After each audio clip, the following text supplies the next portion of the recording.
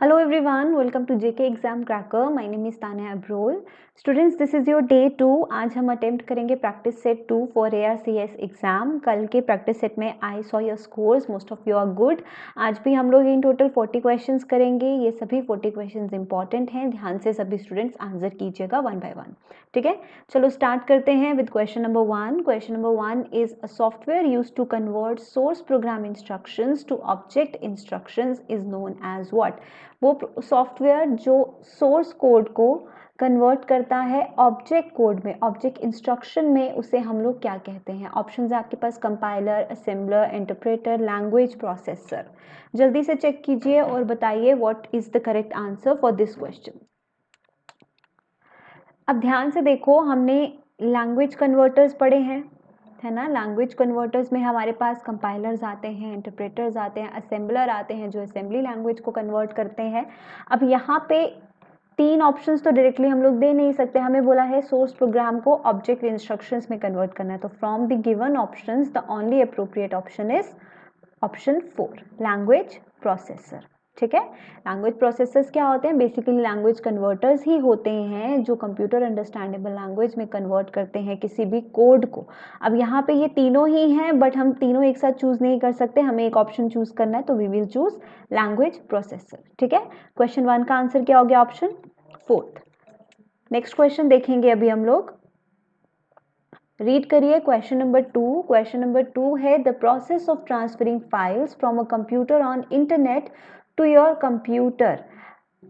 Files को transfer करना internet से अपने कंप्यूटर में. आप इंटरनेट से कोई भी फाइल अपने कंप्यूटर में कैसे ट्रांसफर कर सकते हो? Obviously via downloading.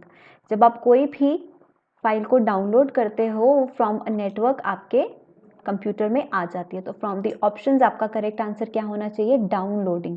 यहाँ पे एक और ऑप्शन है अपलोडिंग. अपलोडिंग का टेक्निकल टर्म्स में मतलब क्या होता है? ट्रांसफर करना किसी भी डेटा या किसी भी फाइल को अपने कंप्यूटर से एक नेटवर्क पे, कंप्यूटर से नेटवर्क पे ट्रांसफर करना, इंटरनेट पे ट्रांसफर करना इज अपलोडिंग, है ना.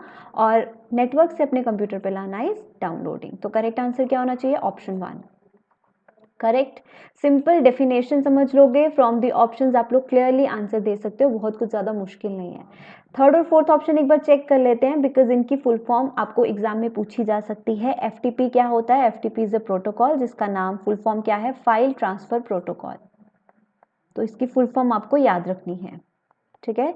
Next is JPEG. JPEG क्या है? एक इमेज फॉर्मेट है ना. और इसकी फुल फॉर्म क्या होती है? Joint photographic expert group.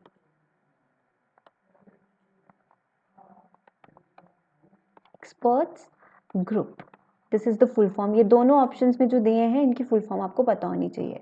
Correct answer is option 1. Next question, question 3. Dash is an area of computer that temporarily holds data waiting to be processed, stored or output.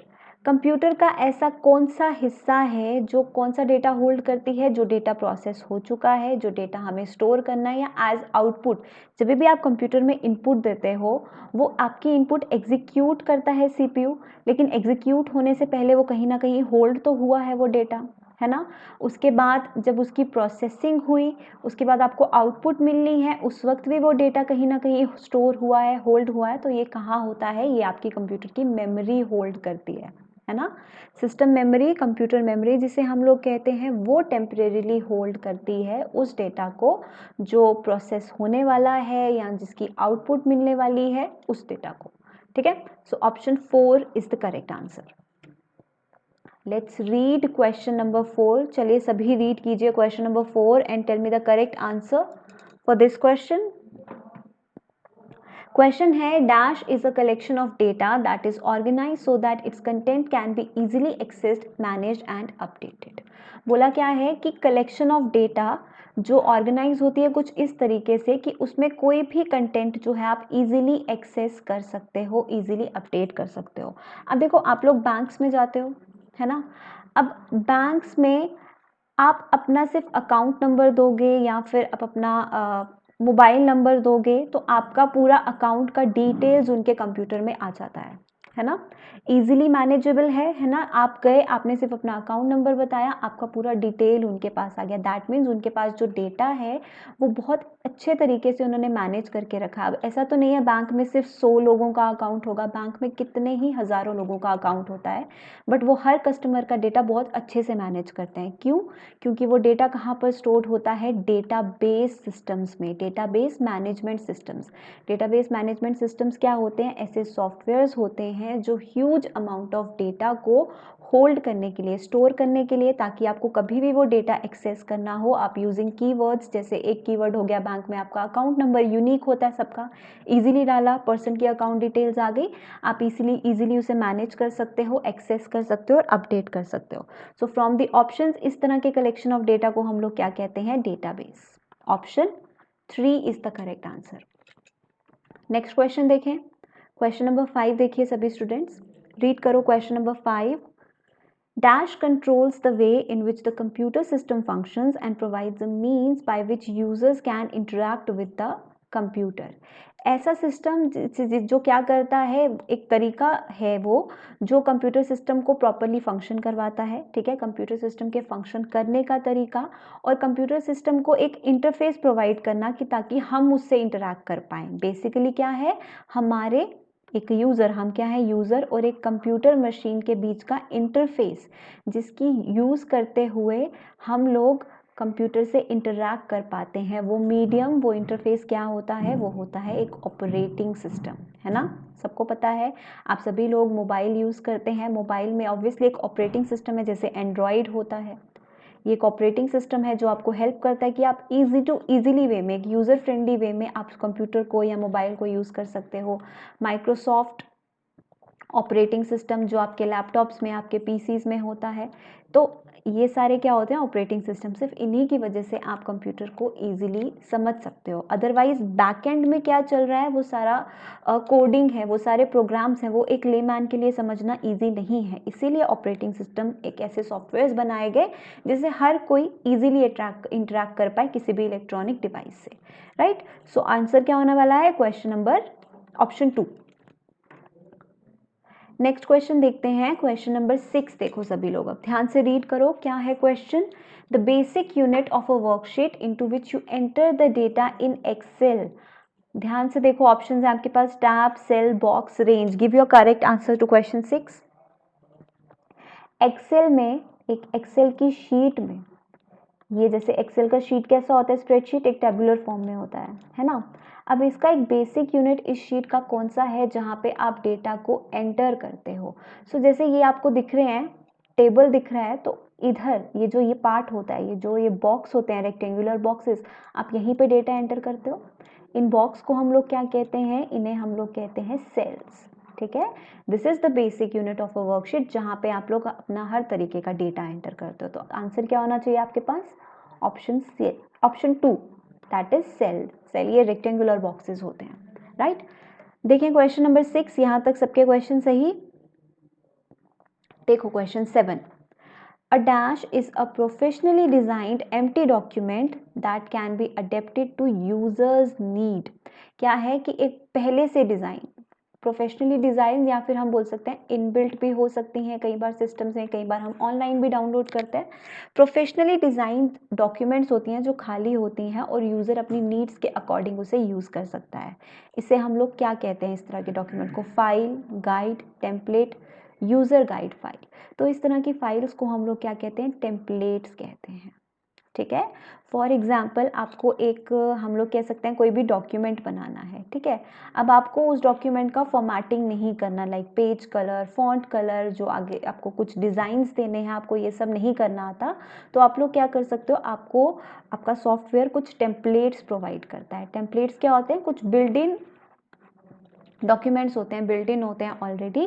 तो आप वो टेम्पलेट्स को use करके क्या कर सकते हो? अकॉर्डिंगली, अपनी यूज़ के अकॉर्डिंग उसको यूज़ कर सकते हो। ठीक है, टेम्पलेट्स सिर्फ आपको डॉक्यूमेंट ही नहीं, यानी कि माइक्रोसॉफ्ट वर्ड ही नहीं, आपको पावर पॉइंट में भी टेम्पलेट्स मिलते हैं। आपको कोई अपनी प्रेजेंटेशन बनानी हो तो आप लोगों को इतना टाइम नहीं है कि आप लोग एक प्रॉपर डिज़ाइन वे में अच्छे एनिमेशन यूज़ करके बनाएं, तो आपको टेम्पलेट्स मिल जाते हैं जो ऑलरेडी कुछ पैटर्न्स में होते हैं। आप अपनी नीड के अकॉर्डिंग पैटर्न चूज़ करके वहाँ पर अपनी फाइल बना बना सकते हो, तो टेम्पलेट्स बोला जाता है उसे, ठीक है। So option 3। देखिए क्वेश्चन नंबर 7 सभी स्टूडेंट्स, क्वेश्चन नंबर 8 सॉरी, हाँ देखो question 8, unauthorized copying of software to be used for personal gain instead for the personal backups is called। Unauthorized copying of software जो पर्सनल गेन के लिए आप, for example एक programmer है, उसने एक सॉफ्टवेयर बनाया लेकिन किसी और पर्सन ने उसका वो सॉफ्टवेयर प्रोग्राम जो है वो कॉपी कर लिया, तो उसे हम अनऑथराइज्ड एक्सेस ही कहेंगे। तो अनऑथराइज्ड वे में किसी और का बनाया गया सॉफ्टवेयर अपने पर्सनल गेन के लिए या फिर अपने पर्सनल यूज़ के लिए कॉपी करना, उसे हम लोग क्या कहेंगे, ऐसी चीज़, ऐसे वर्ड को हम जनरली भी क्या कहते हैं, पायरेसी, राइट। तो इसे हम लोग, जब सॉफ्टवेयर की कॉपिंग हो रही है, सॉफ्टवेयर की चोरी हो रही है, तो उसे हम लोग क्या करेंगे, सॉफ्टवेयर पायरेसी कहेंगे। सो करेक्ट आंसर क्या हो गया, ऑप्शन 3। क्लियर हुआ सबको। नेक्स्ट क्वेश्चन देखें, question number 9। Question number 9 read करो, when you are working on a document on PC where is the document temporarily stored। जब आप एक डॉक्यूमेंट पे काम कर रहे हैं कंप्यूटर में, किसी भी डॉक्यूमेंट पे, या आपने कोई भी प्रोग्राम, कोई भी सॉफ्टवेयर ओपन करके रखा है, तो वो टेम्परेरीली कहाँ पर स्टोर होगा। तो मैंने आपको जब मेमोरी पढ़ाया था, तो मैंने आपको एक मेमोरी पढ़ाई थी जिसे हम लोग कहते हैं working memory of a computer. Working memory of computer, working memory of computer से कहने का मतलब क्या है कि जब आप किसी भी फाइल पे काम कर रहे हैं, आपने कोई भी सॉफ्टवेयर ओपन करके रखा है, तो वो टेम्परेरीली कौन सी मेमोरी होल्ड करती है, वो होल्ड करती है हमारे सिस्टम की प्राइमरी मेमोरी की, यानी कि रैम, ठीक है, रैंडम एक्सेस मेमोरी। तो करेक्ट आंसर क्या है हमारा, ऑप्शन ए। क्वेश्चन नंबर 9 का आंसर है option 1। RAM is the working memory of a computer, जो होल्ड करके रखती है दो software, those documents on which you are currently working, ठीक है। So option 1 is the answer for question 9। Next question, question number 10 सभी students देखेंगे, what is the correct answer for question 10। Read कीजिए सभी स्टूडेंट्स क्वेश्चन 10 को। Dash is a collection of web pages and dash is the very first page we see on opening a website। collection of web page को हम लोग क्या कहते हैं, website कहते हैं, है ना। एक वेबसाइट क्या होती है, जहाँ पे बहुत सारे वेब पेजेस होते हैं। आप कोई भी, फॉर एग्जांपल आपने अमेजोन की वेबसाइट ओपन की, अब अमेजोन की वेबसाइट्स पे भी आपको कितने सारे वेब पेज मिल जाएंगे। वेब पेज एज इन, आप लोग फैशन के पेज पे जाओगे तो वहाँ पे आपको मेन, वुमेन, चिल्ड्रन, फैशन दिख जाएगा। आप लोग होम असेंशियल्स के पेज पे जाओगे तो आपको होम असेंशियल वाली चीज़ें दिख जाएंगी। तो what are these are the web pages, तो आपको डिफरेंट ऑप्शंस प्रोवाइड करते हैं। तो और वेबसाइट क्या है, इनकी कलेक्शन। और आगे क्या बोला है, dash is the very first page, जो एक वेबसाइट ओपन करते ही आपको पहला पेज दिखाई देता है। फॉर एग्जांपल आप अमेजोन की वेबसाइट ही ओपन करते हो, आपको एक फ्रंट पेज ओपन होता है जहाँ पे सारे ऑप्शंस होते हैं, करंट ऑफर्स क्या चल रहे हैं ये दिखाया जाता है। तो इस पेज को हम लोग क्या कहते हैं, होम पेज। सिर्फ अमेजोन ही नहीं, कोई भी वेबसाइट ओपन करोगे उसका फर्स्ट पेज जो होता है उसे होम पेज कहा जाता है। और वेबसाइट की डेफिनेशन क्या होती है, it is a collection of different web pages. So यहाँ से देखो करेक्ट आंसर क्या होना चाहिए, website and home page, that is option 2। सबका आंसर सही फॉर क्वेश्चन नंबर 10। तो आगे देखें, read question 11। Which of the following acronyms is normally used to describe unsolicited junk emails? Junk emails जो होती हैं वो आपकी कौन से वाले फोल्डर में जाती हैं। जब आपको ईमेल्स आती हैं तो कुछ जंक ईमेल्स होती हैं जो कुछ कंपनीज की वजह से आती, तरफ से आती हैं, कुछ अनवांटेड ईमेल्स होती हैं। तो वो कहाँ पर जाती हैं, वो जाती हैं हमारे स्पैम फोल्डर पे, ठीक है। और इस तरह के ईमेल्स को भी हम लोग क्या कहते हैं, स्पैम ही कहते हैं। These are the unwanted और we can say unsolicited junk emails, ठीक है। सो करेक्ट आंसर क्या हुआ, ऑप्शन 4। सबको याद है ऑप्शन 4। नेक्स्ट आंसर देखें, चलिए रीड कीजिए क्वेश्चन नंबर 12। ऑप्शंस को ध्यान से रीड करो और करेक्ट आंसर दो। रीड करते हैं, dash offer services such as search capabilities, email, news, stock price, weather information, sports and entertainment. ये सारी सर्विसेज कहाँ प्रोवाइड होती हैं। ऑप्शंस हैं हमारे पास, हॉस्टल, पोर्टल, आर्टिकल और न्यूज़पेपर। अब देखो हॉस्टल में तो ये सर्विसेज प्रोवाइड नहीं हो सकती क्योंकि हॉस्टल तो रहने के लिए होता है। आर्टिकल की बात करें तो आर्टिकल किसी एक पर्टिकुलर टॉपिक पे होता है ना। उसमें ये सारी चीज़ें नहीं होती कि आपको न्यूज़ दिखे, स्टॉक प्राइस दिखे, वेदर दिखे, स्पोर्ट्स, एंटरटेनमेंट, सब कुछ। Article can be on a particular topic. अब न्यूज़पेपर की बात करें तो न्यूज़पेपर में ना तो आपके पास सर्च कैपेबिलिटीज़ होती हैं कि आपको कुछ सर्च करना हो तो आप न्यूज़पेपर में कर पाएँ। सर्च एज इन कि आपके पास कोई क्लिकेबल ऑप्शन नहीं होता क्योंकि ये पेपर की फॉर्म में होता है। ईमेल भी आप न्यूज़पेपर में नहीं देख सकते। बाकी सारी चीज़ें तो yes you can find on newspaper. तो यहाँ से हमारे पास करेक्ट आंसर क्या आता है? पोर्टल। पोर्टल क्या है? जहाँ पर हमको ये सारी चीज़ें मिल जाती हैं ओवर एन नेटवर्क। ठीक है, so correct answer is option 2 for question 12। Question 13, read करो क्वेश्चन 13 और बताइए क्या करेक्ट आंसर होना चाहिए। देखिए, in the context of computer security, crackers are also known as black hat hackers, white hat hackers, elite hackers, script kiddie. Crackers को हम और क्या बोलते हैं? बताइए, ये बोला गया है हमें। क्रैकर्स को और क्या बोला जाता है? तो देखिए, क्रैकर्स को हम लोग क्या बोलते हैं? ब्लैक हैट हैकर्स कहते हैं। ठीक है, नाउ वी हैव 2 टर्म्स है। आंसर तो पता चल गया, ऑप्शन 1 है इसका आंसर। ठीक है, अब यहाँ पर ऑप्शंस हमारे पास 2 हैं, black hat hackers, white hat hackers. क्या आपको पता है ब्लैक हैट हैकर्स और वाइट हैट हैकर्स में क्या डिफरेंस होता है? तो नहीं भी पता है तो सुन लीजिए, मैं बता रही हूँ। ब्लैक हैट और वाइट हैट हैकर्स में दोनों ही हैकर्स होते हैं। हैकर्स कौन होते हैं? जो इंफॉर्मेशन जो किसी के और की पर्सनल इंफॉर्मेशन में या किसी और की इंपॉर्टेंट इंफॉर्मेशन को अनऑथराइज्ड वे में एक्सेस करते हैं, यही होते हैं हैकर्स। अब ब्लैक और वाइट हैकर्स कौन से होते हैं? ब्लैक हैकर्स वो हैकर्स होते हैं जो अपने पर्सनल गेन के लिए, फॉर देयर पर्सनल गेन, किसी और की पर्सनल इंफॉर्मेशन हैक करने की कोशिश करते हैं, एक्सेस करने की कोशिश करते हैं in an authorised way, unauthorised way, जो हैकर्स का एक्चुअल मीनिंग होता है। फिर उसके बाद आता है वाइट हैट हैकर्स। अब वाइट हैट हैकर्स जो है ये अनऑथराइज्ड वे में काम नहीं करते। Actually these hackers are hired by many companies, बहुत सारी कंपनीज ये हैकर्स को हायर करती है सो दैट वो प्रोग्राम्स में, डिफरेंट प्रोग्राम्स में इंफॉर्मेशन चेक कर पाएँ, फाइंड आउट कर पाएँ कहाँ गलती है, सिक्योरिटी बढ़ा पाएँ।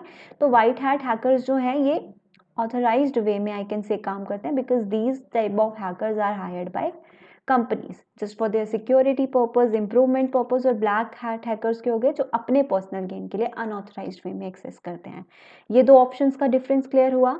थर्ड ऑप्शन और फोर्थ ऑप्शन भी एक्सप्लेन कर देते हैं। एलीट हैकर्स, एलीट हैकर्स भी हैकर्स ही होते हैं। एलीट हैकर्स कब उनको कहा जाता है? जब उनके पास बहुत ज़्यादा एक्सपीरियंस होता है। ठीक है, वो हैकर्स जो बहुत ज़्यादा एक्सपीरियंस, बहुत ज़्यादा प्रैक्टिस के बाद मतलब बहुत अच्छे लेवल के हैकर्स बन जाते हैं, उन्हें हम लोग एलीट हैकर्स कहते हैं। राइट, उसके बाद आता है स्क्रिप्ट किडी।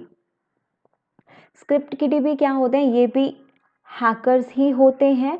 अब ये क्या करते हैं? अब ये इतने ज़्यादा हम कह सकते हैं कि उन हैकर्स को कहते हैं जो बहुत ज़्यादा एक्सपीरियंस नहीं होते, यानी कि वो खुद के स्क्रिप्ट्स नहीं बना सकते, वो खुद के कोड्स नहीं बना सकते, इसीलिए हम उन्हें स्क्रिप्ट किडी कहते हैं। स्क्रिप्ट किडी क्यों कहते हैं? क्योंकि वो दूसरे प्रोग्राम्स की, दूसरे सॉफ्टवेयर्स की स्क्रिप्ट्स को यूज़ करके आगे खुद के कोड्स बनाते हैं, मतलब जो ऑलरेडी मेड हैं उनको ही यूज़ करते हैं, खुद के प्रोग्राम्स नहीं बना सकते। ठीक है, so this is what we understand by script किडी।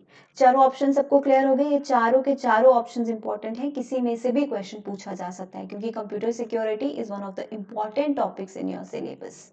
नेक्स्ट क्वेश्चन देखें। नेक्स्ट वन है slowest internet connection service. Slowest internet connection service कौन सी है? डिजिटल सब्सक्राइबर लाइन, जिसे हम लोग DSL भी बोलते हैं। उसके बाद है dial up service, lease line, cable modem. तो स्लोएस्ट वन कौन सी है? Dial up service. ठीक है, डायल अप सर्विस में क्या होता है? अभी ये बहुत कम यूज होती है। डायल अप सर्विस में क्या होता है? Telephone lines,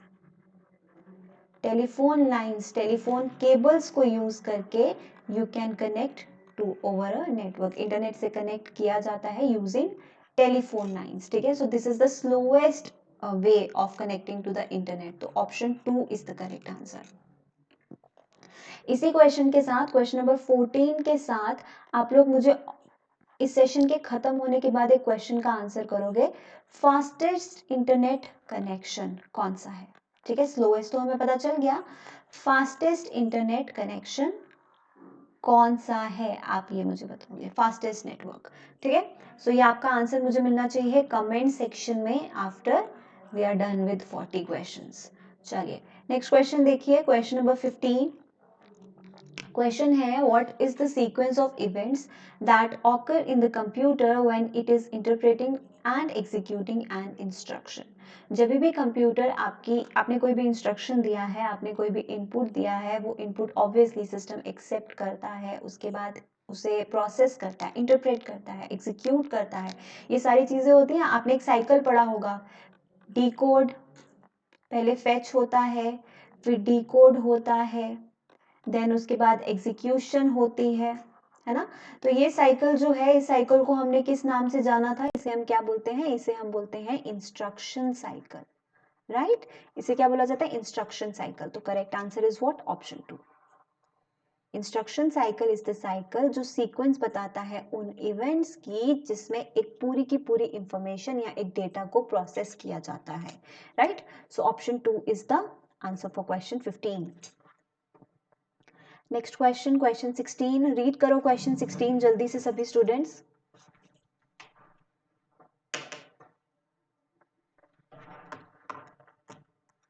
Question 16 is, Dash is a Windows utility program that located and eliminates unnecessary fragments and rearrange and unused to the disk space to optimize operations. Options are backup, disk cleanup, disk defragmenter, restore.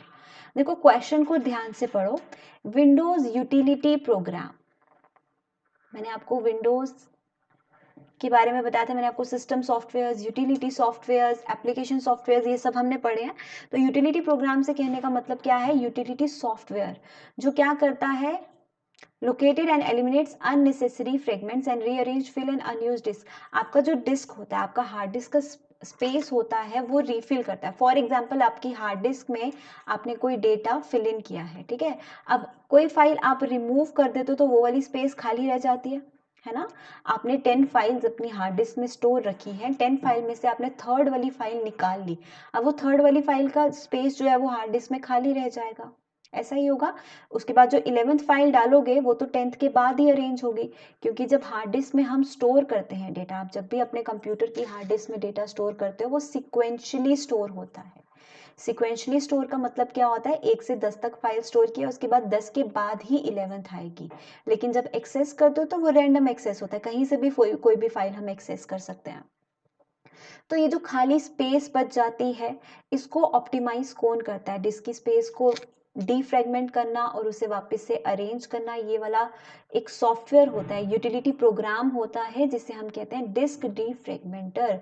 जितने भी fragments आपकी disc में बने हैं, जितने भी खाली space आपकी या फिर अननेसेसरी फ्रेगमेंट्स बन गए हैं, उसे डीफ्रेगमेंट करता है, उन स्पेस को फिल इन करके बाकी का स्पेस जो है वो डिस्क का बढ़ाता है, मतलब अनयूज स्पेस को ऑप्टिमाइज करता है इन शॉर्ट। तो इसे हम लोग क्या कहते हैं, डिस्क डी फ्रेगमेंटर। ठीक है, नेक्स्ट क्वेश्चन देखें, क्वेश्चन 17 देखो सभी students, read question number 17। So the question is, Word is a word processor developed by Microsoft, ये तो सबको पता है। In Microsoft Word, spelling check is a feature available in which tab? आपको पता है Microsoft में आप लोग कोई स्पेलिंग एरर कर देते हो तो there is a feature जो उस स्पेलिंग को अपनी डिक्शनरी के अकॉर्डिंग, अगर Microsoft की डिक्शनरी में वो वर्ड है उसे करेक्ट कर देता है, तो वो फीचर कहाँ पर अवेलेबल है, स्पेलिंग चेक फीचर किस टैब में अवेलेबल होता है। तो हमारे पास कई सारे मेन्यू बार में ऑप्शंस होते हैं, like home, insert, view, review, page layout, ये सारे ऑप्शंस होते हैं। तो इनमें से रिव्यू वाला जो होता है, this is mainly for correction purpose, ठीक है, this is to review. Review का मतलब क्या होता है, जो फाइल आपने बनाई है उसको वापस से व्यू करो, उसे रिव्यू करो कि उसमें कोई एरर है या नहीं। तो एरर कोई हो जाए तो उसकी करेक्शन हमें मोस्टली रिव्यू सेक्शन में मिलती है। तो स्पेल चेक भी कहाँ पे मिलेगा, रिव्यू में मिलेगा, ऑप्शन 4। नेक्स्ट क्वेश्चन देखो, question 18। Question number 18 is, Which of the following software posts unwanted advertisements on client's computer? ऐसे कौन से सॉफ्टवेयर होते हैं जिसकी वजह से आपको अनवांटेड एडवर्टीजमेंट्स दिखती हैं आपके कंप्यूटर में? अब ये चीज़ आपने फेस भी की होगी। कई बार क्या होता है, आप लोग कोई वेबसाइट यूज़ कर रहे हो या फिर कोई सॉफ्टवेयर यूज़ कर रहे हो तो आपको कुछ अनवांटेड एड्स दिखाई देती हैं, जो एड्स आपके किसी काम की नहीं होती, ना ही आपकी किसी ज़रूरत की होती है, वो अनवांटेड एड्स दिखाई देती हैं। फॉर एग्जांपल आपको कई बार दिखाया जाता है क्लिक करो प्राइज मनी मिलेगी, ऐसा दिखता है ना। कभी बोलते हैं call on this number you will win 1 crore. इस तरीके से हमें एड्स दिखाई देती हैं जो काफ़ी टेम्पटिंग लगती हैं और कई बार यूज़र उस पर क्लिक भी कर देता है। तो इस तरह के सॉफ्टवेयर जो अनवांटेड एडवर्टीजमेंट कंप्यूटर पे दिखाते हैं उन्हें हम लोग क्या कहते हैं? वो भी एक मेलिशियस सॉफ्टवेयर ही होते हैं, because they can contain virus, या फिर ये ऐसे यूजर्स इसे यूज़ करते हैं, ऐसे यूजर्स आपको दिखाते हैं जो आपके सिस्टम में एंटर करके सिस्टम को हैक कर सकते हैं। तो ये मेलिशियस सॉफ्टवेयर्स को हम लोग क्या कहते हैं? एडवेयर्स कहते हैं। एड का मतलब क्या होता है? एडी मीन्स एडवर्टीजमेंट्स, ठीक है। सो वो एडवर्टीजमेंट्स जो हमें दिखाते हैं उन्हें हम लोग एडवेयर्स कहते हैं। Option 4 is the correct answer. देखो नेक्स्ट क्वेश्चन सब स्टूडेंट्स, क्वेश्चन 19 ध्यान से रीड करो, इंपॉर्टेंट क्वेश्चन है। Question is, which of the following refers to blacking out portions of document, usually to protect confidential information so that it cannot be recovered later? मतलब क्या है कि कौन से ऐसे ऑप्शंस में से कौन सा ऐसा ऑप्शन है जो किस लिए यूज होता है? किसी भी डॉक्यूमेंट को ब्लैक आउट करने के लिए, उसके पोर्शंस को, ठीक है, सो दैट उसकी कॉन्फिडेंशियल इंफॉर्मेशन जो है वो प्रोटेक्ट हो सके। ब्लैकिंग आउट का मतलब रिमूव कर देता है कुछ पोर्शंस को। इसे कहने का मतलब है काइंड ऑफ सेंसरिंग करना।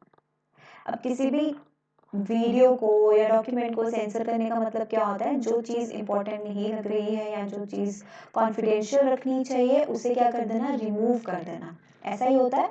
तो इस तरह के प्रोसेस को हम लोग क्या कहते हैं? रिडैक्टिंग ऑफ अ डॉक्यूमेंट और रिडैक्टिंग इन कंप्यूटर सिस्टम, जिसमें से कुछ पार्ट को वी कैन से कोई टेक्स्ट हो सकता है, कोई वीडियो हो सकता है, कोई इमेज हो सकता है, कुछ भी हो सकता है, कुछ पोर्शंस को क्या कर देता है? रिमूव कर देता है, हटा देता है। तो this is what we call redacting. Option 1 is the correct answer, ठीक है।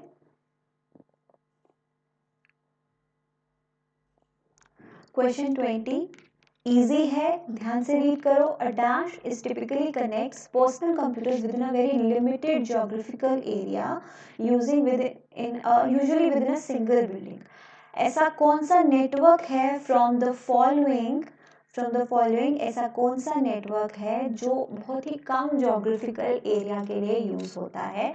अगर बहुत ही छोटा एरिया है, फॉर एग्जांपल एक बिल्डिंग है, आपका घर है, वहाँ पे आपको कंप्यूटर्स को अरेंज करना है, वहाँ पे आपको एक नेटवर्क मेंटेन करना है, तो कौन से तरह का नेटवर्क आप यूज़ करेंगे? तो उसके लिए कौन सा नेटवर्क होता है? लोकल एरिया नेटवर्क, है ना, which we call LAN, LAN. यहाँ पे एक और टर्म है WAN, which is what we call a wide area network. Wide area network which can cover a whole country, a whole nation, जो cover करता है। जैसे कि एक एग्जांपल आप इसकी ले सकते हो, इंटरनेट, है ना। सो लोकल एरिया नेटवर्क जो लोकल एरिया के लिए है। So option 1 is the correct answer for question 20। Shall we see question 21? Read.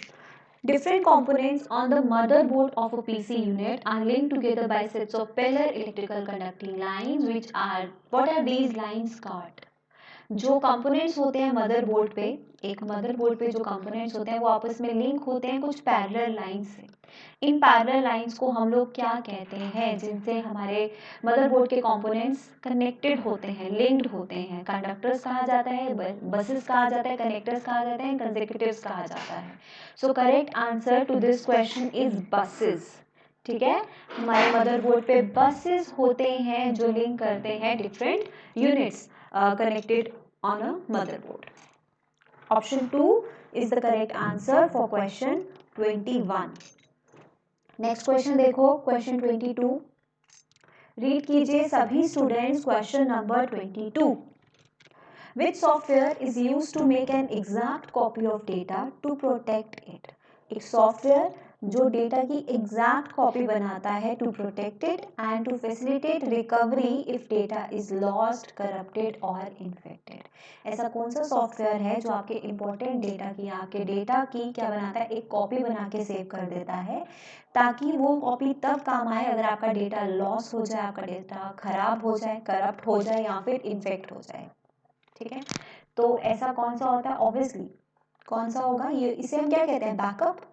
Backup का मतलब क्या होता है कि हमारी जो इंपॉर्टेंट डॉक्यूमेंट्स हैं, हमारे जो इंपॉर्टेंट फाइल्स हैं, उनका बैकअप रख लेते हैं, मतलब उनकी एक कॉपी रख लेते हैं, सो दैट अगर हमारा ओरिजिनल वन खराब हो जाए, गुम हो जाए, हमें मिले ना, तो हम इस बैकअप को यूज कर सकें। तो ऐसे सॉफ्टवेयर्स को भी हम लोग क्या कहते हैं? Backup softwares. Right, so correct answer क्या हो जाएगा? ऑप्शन 4। नेक्स्ट आंसर देखिए क्वेश्चन 22 का, क्वेश्चन 23 का। रीड करो क्वेश्चन नंबर 23 और बताइए क्या करेक्ट आंसर होना चाहिए। क्वेश्चन है which among the following key combination can be used to search in Windows Explorer. Windows Explorer में अगर आपको सर्च करना है तो आपको कौन सा शॉर्टकट की यूज करना है? Control F, control S, control G, alt S। तो करेक्ट आंसर क्या है? Control F। आप कंट्रोल प्लस F यूज करते हो for the search purpose in Windows explorer. सबका आंसर सही। शॉर्टकट कीज जितनी पढ़ो उतनी कम है, तो मैं हमेशा बोलती हूँ शॉर्टकट कीज, आपके पास कोई बुक है, कोई नोट्स आप रेफर कर रहे हो, तो शॉर्टकट कीज को एटलीस्ट डेली रिवीजन करो सो दैट आपको याद रहे। चलो क्वेश्चन 24 देखो सब लोग। क्वेश्चन क्या है? When a real time telephone call between two people is made over internet using computers it is called what? जब एक टेलीफोन कॉल की जाती है यूजिंग इंटरनेट, ठीक है, over a network using computers, computers को यूज करके या फिर इलेक्ट्रॉनिक डिवाइसेस को यूज करके ओवर इंटरनेट एक रियल टाइम टेलीफोन कॉल की जाती है, उसे हम लोग क्या कहते हैं? A chat session, an email, instant message और इंटरनेट टेलीफोनी। अब देखो यहाँ पे क्लियरली हमें बोला है टेलीफोन कॉल है, तो this can not be an email, chat session और इंस्टेंट मैसेज। ये क्या होगा? Internet telephony. इंटरनेट टेलीफोनी क्या होती है? Telephony call over an internet. So option D answer. देखो next question, question 25। What do we call the pictorial representation that uses predefined symbols to describe either the logic of a computer program or the data flow and the processing steps of a system? I guess ये question practice set 1 में भी था, है ना? सो ये question आपका repeat हो गया है। Pictorial representation of data flow, आपका जब डेटा प्रोसेसिंग होता है उसका एक पिक्टोरियल रिप्रेजेंटेशन को हम लोग क्या कहते हैं? फ्लो चार्ट्स कहते हैं। आंसर क्या है? ऑप्शन 2। ये प्रैक्टिस सेट 1 में भी था, ये क्वेश्चन रिपीट हो गया दोनों सेट्स में। कोई बात नहीं, क्वेश्चन नंबर 26 देखो ध्यान से। देखो क्वेश्चंस आजकल जो पैटर्न आ रहा है एग्जाम का, फॉर एग्जांपल अगर आप में से कोई जेकेएसएसपी के लिए भी प्रिपेयर कर रहा है या जेकेएसपीएससी के लिए भी जो भी स्टूडेंट्स प्रिपेयर कर रहे हैं, जो पैटर्न चल रहा है ना, पैटर्न इज लाइक कि आपको डेफिनेशन दी होती है, आपको क्वेश्चन जो है वो थोड़ा सा मतलब घुमा फिरा के दिया होता है, काइंड ऑफ प्रॉपर डेफिनेशन दिए हैं, 3-4 लाइंस का क्वेश्चन दिया हुआ है, तो 3-4 लाइंस का जब आप रीड करते हो तो हमें कुछ वर्डिंग अलग हो जाती है जो हमने बुक्स में पढ़ी है या हमने जहाँ से भी नोट्स रेफर कर रहे हैं, तो नॉर्मली हम लोग अंडरस्टैंड नहीं कर पाते कि इसका आंसर क्या होना चाहिए और हम ऑप्शंस में कंफ्यूज हो जाते हैं। इसीलिए हर चीज़ को ध्यान से समझो, क्रैम नहीं करना है, रट्टा नहीं लगाना है कि इसका आंसर ये है, इसका आंसर ये है। जो क्वेश्चंस बोले जा रहे हैं डेफिनेशन को रीड करो, answers are the same, basics of computer वही है, बस थोड़ा क्वेश्चन आपको मोल्ड करके पूछा जा रहा है, राइट? चलो देखो अब क्या क्वेश्चन है। Which of the following is a suitable term for any programmable content of hardware device? Hardware device का प्रोग्रामेबल कंटेंट जहाँ पे configurations, data for application specific integrated circuits, programmable logical devices etcetera.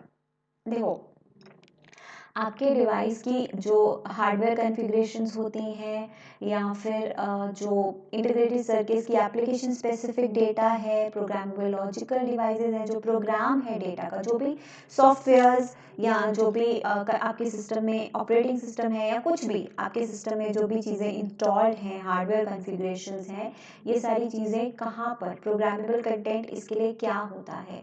Hardware, software, malware और firmware. तो यहाँ से हमारे पास correct answer क्या आना चाहिए? फर्मवेयर।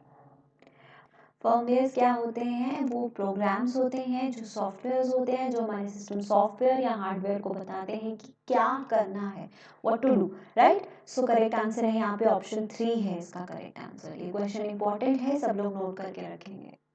नेक्स्ट क्वेश्चन देखिए, question 27, what is the purpose of keeping electronic devices such as computer, televisions, remote control devices on sleep mode? कई बार अपने मोबाइल को, अपने लैपटॉप को, पीसी को स्लीप मोड पे रख देते हो, तो स्लीप मोड पे रखने का पर्पस क्या होता है? पावर कंजप्शन रिड्यूस करने के लिए, बैकअप रखने के लिए, to write contents of RAM to hard disk, RAM से हार्ड डिस्क में डेटा राइट करने के लिए, या इम्प्रूव डाउनलोड स्पीड इम्प्रूव करने के लिए। तो जनरली हम इलेक्ट्रॉनिक डिवाइसेस को स्लीप मोड पे रखते हैं ताकि पावर कंजम्पशन जो है, बैटरी कंजम्पशन जो है वो कम हो, है ना? तो करेक्ट आंसर क्या आना चाहिए? Reduce power consumption. नेक्स्ट देखो, क्वेश्चन क्या है? The one-time password, that is OTP, can be obtained by customer via which of the following? OTP आपको कहाँ से मिलता है? अप्रोचिंग द, जब आप बैंक ब्रांच विजिट करते हो, आपको मोबाइल पे SMS आता है। Email by applying OTP online, आप OTP के लिए ऑनलाइन अप्लाई करते हो फिर आपको ईमेल आता है, या ऑल ऑफ दी अबव? तो यहाँ से करेक्ट आंसर क्या है? OTP हमें जनरली कब मिलता है? वाया SMS ऑन मोबाइल, है ना? तो करेक्ट आंसर क्या होना चाहिए? Option 2। Question 29, which among the following key is used for grammar check? Grammar check के लिए कौन सा? Grammar check in spelling check. हमने ये तो देखा हमारे पास स्पेल चेक का ऑप्शन कहाँ पर आता है? रिव्यू टैब में। But there is also shortcut to this, और वो शॉर्टकट क्या है? F7।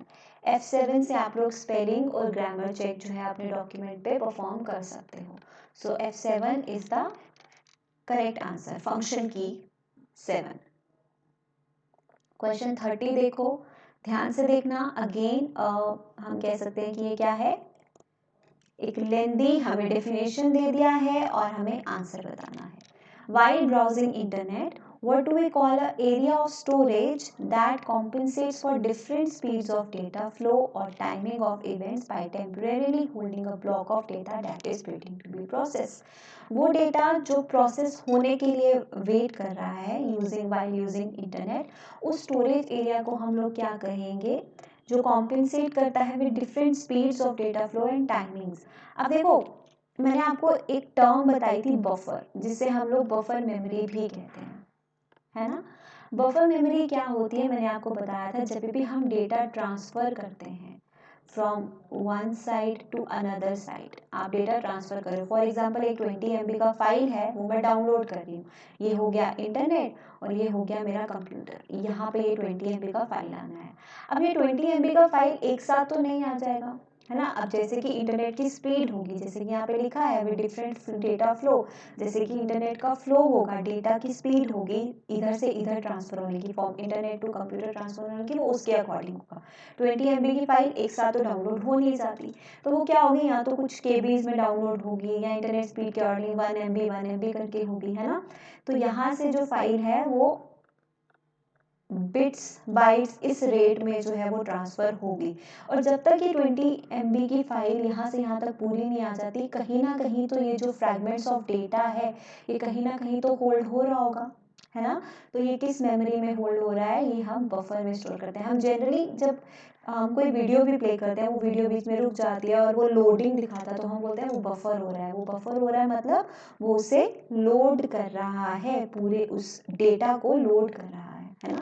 सो करेक्ट आंसर क्या होता है? ऑप्शन 2। नेक्स्ट क्वेश्चन देखो, question 31, technology no longer protected by copyright available to everyone. वो टेक्नोलॉजी जिसमें कोई कॉपीराइट नहीं है, सबके लिए अवेलेबल है, उसे हम लोग क्या कहेंगे? प्रोप्रिएटरी, ओपन, एक्सपेरिमेंटल और इन पब्लिक डोमेन।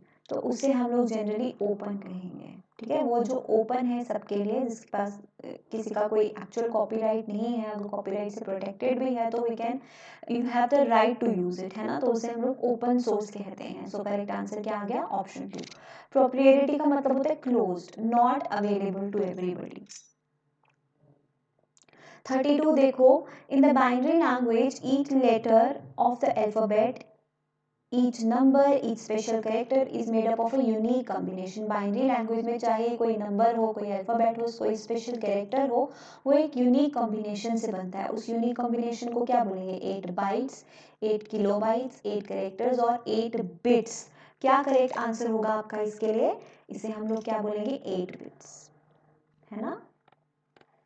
किसका बना होता है? 8 बिट का बना होता है. कोई भी कैरेक्टर होगा, कोई भी नंबर होगा या कोई भी अल्फाबेट होगा. क्लियर? नेक्स्ट क्वेश्चन देखें. क्वेश्चन 33. क्वेश्चन 33 रीड करो. A dash is approximately equal to 1 billion bytes. कौन 1 बिलियन बाइट्स के इक्वल है इनमें से? Kilobyte, bit, gigabyte, megabyte. क्या करेक्ट आंसर है आपका इस क्वेश्चन के लिए? देखो, equal to 1 billion bytes.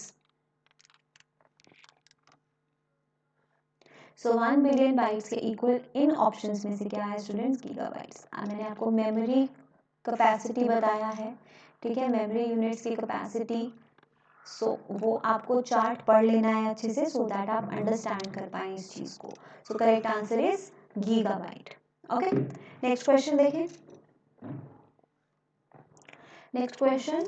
Word processing, spreadsheet, photo editing are examples of. कोई भी वर्ड प्रोसेसिंग सॉफ्टवेयर है जैसे कि माइक्रोसॉफ्ट वर्ड, कोई स्प्रेडशीट सॉफ्टवेयर है जैसे कि माइक्रोसॉफ्ट एक्सेल, या फिर कोई फोटो एडिटिंग सॉफ्टवेयर है जैसे कि आप लोग पेंट यूज़ करते हो, बहुत सारे फोटो एडिटिंग सॉफ्टवेयर यूज़ करते हो, आप एडोब यूज़ करते हो.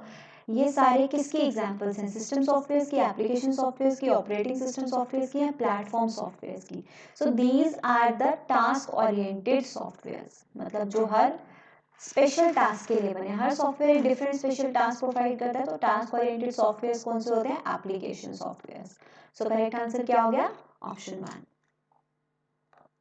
Let's read question 35. क्या बोला है? Apple Macintosh that is Mac और PCs use different dash to process different operating systems.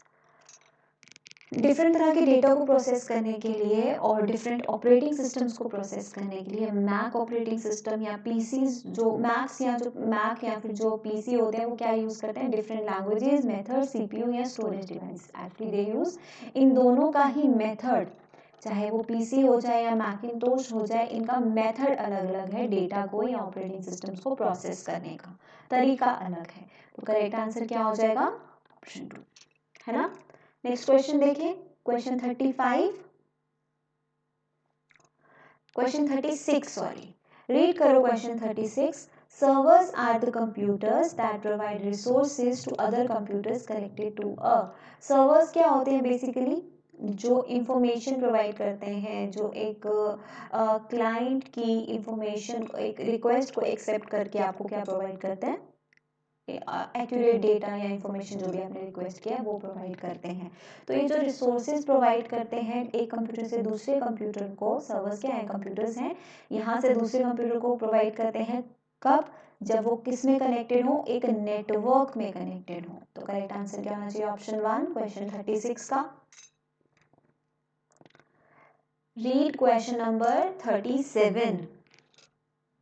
Dash are specially designed computer chips that reside inside a device, other devices such as your car or your electronic thermostat. कुछ specially designed computer chips या computers जो किसी भी electronic device में होते हैं, जैसे कि आपके कार का कोई डिवाइस हो गया, उसमें होते हैं. हम उन्हें कौन से कंप्यूटर्स कहते हैं? कौन से सॉफ्टवेयर्स होते हैं? वो ऐसा भी कह सकते हैं हम लोग.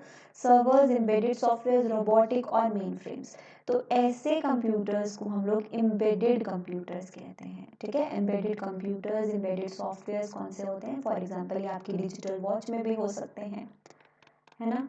आपकी डिजिटल वॉच में आपके कोई भी इलेक्ट्रॉनिक डिवाइस हो सकता है. It can be a washing machine, microwave oven, आपका टीवी, कोई भी इलेक्ट्रॉनिक डिवाइस हो सकता है जिसमें कुछ स्पेशल सॉफ्टवेयर यूज होते हैं जिन्हें हम एम्बेडेड ऑपरेटिंग सिस्टम्स भी कहते हैं. These computers are called as embedded computers, है ना, स्पेशली डिजाइंड. सो या option 2 is the correct answer for question 37. Let's read question 38.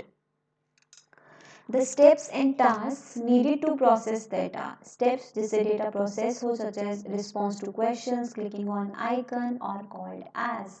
Instructions, operating system, application software और सिस्टम यूनिट।